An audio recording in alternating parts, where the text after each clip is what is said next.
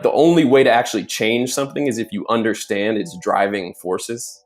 Because everything in the world makes sense. Like there's a reason for everything. It's not like there's just these inherently harmful people, be they of any identity, right? It's like, and if we think that, we're never going to actually change anything because we're just like in this, like you can't do anything with that.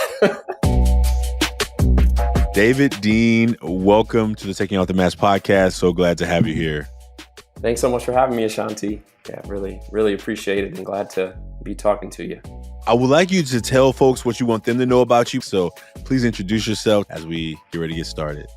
I work as a educator and a writer and a trainer, really working around the topic of offering anti-racism education to white people. And I did that with an organization called White Awake for a long time, leading these online courses year round and do that independently now more so.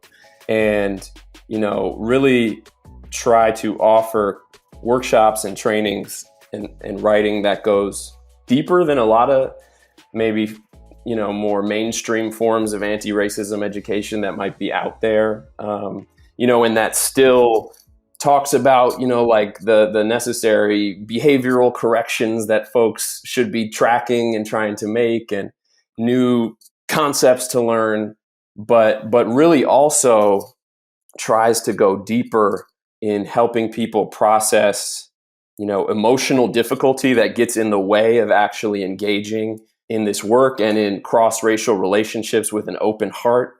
And that also really shows white folks their stake in racial justice and, you know, both on an emotional or spiritual level in terms of what does it mean to rehumanize ourselves and engage in the creation of a different world, you know, and also really showing people how racism has been used as this tool for centuries to divide and conquer and to separate ordinary people of different colors and keep them from working together to really challenge the corporate domination of working people and the planet itself. And also, you know, really getting into what did whiteness take from white people, right? Right. What are the ways in which this fake harmful identity that people were given, that's not natural, that people were given, you know, stripped us of really life-giving traditional cultures and more radical political traditions that were taken from our ancestors so that they could be enlisted in this role as like foot soldiers of capitalist empire, disconnected themselves and then carrying out more of that disconnection around the world.